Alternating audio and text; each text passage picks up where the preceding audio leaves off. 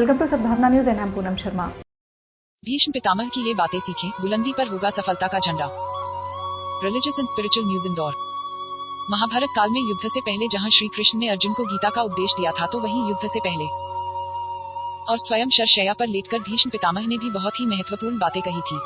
इन बातों को उन्होंने धृतराष्ट्र, दुर्योधन, श्री कृष्ण, अर्जुन और युधिष्ठिर से साझा किया गया। अपनी शरशैया पर लेटे हुए भीष्म पितामह ने युधिष्ठिर को संबोधित करके सभी को उपदेश दिया था। उनके इन उपदेशों में राजनीति, नीति, जीवन और धर्म की गूढ़ बातें थी। कहा जाता है कि इन बातों को अगर आज भी कोई व्यक्ति अपने जीवन में अपना आता है तो वह व्यक्ति सफलता की चरम सीमा को छू लेता है। तो आइए आपको बताते हैं भीष्म पितामह द्वारा बताई गई ऐसी कुछ नीतियां जो मानव जीवन के लिए बहुत ही हितकारी व लाभकारी साबित हो सकती है।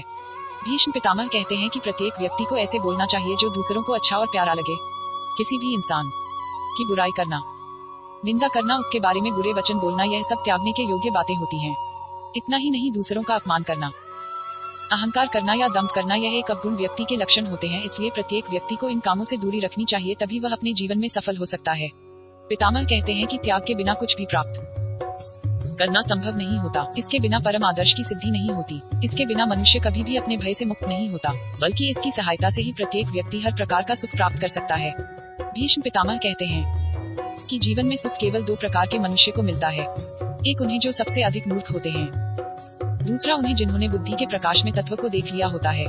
जो लोग इन दोनों के बीच लटक रहे होते हैं वह सुख से कोसों दूर ही रहते हैं और हमेशा दुख प्राप्त करते हैं। जो व्यक्ति अपने भविष्य के बारे में सुबह सोचता है वह अपना पद यानी रास्ता समय निश्चित करता है, दूसरों के कहे अनुसार नहीं चलता। जो समय के अनुकूल तुरंत विचार कर सकता है, उस पर आचरण कर सकता है, वह व्यक्ति हमेशा सुख को प्राप्त करता है।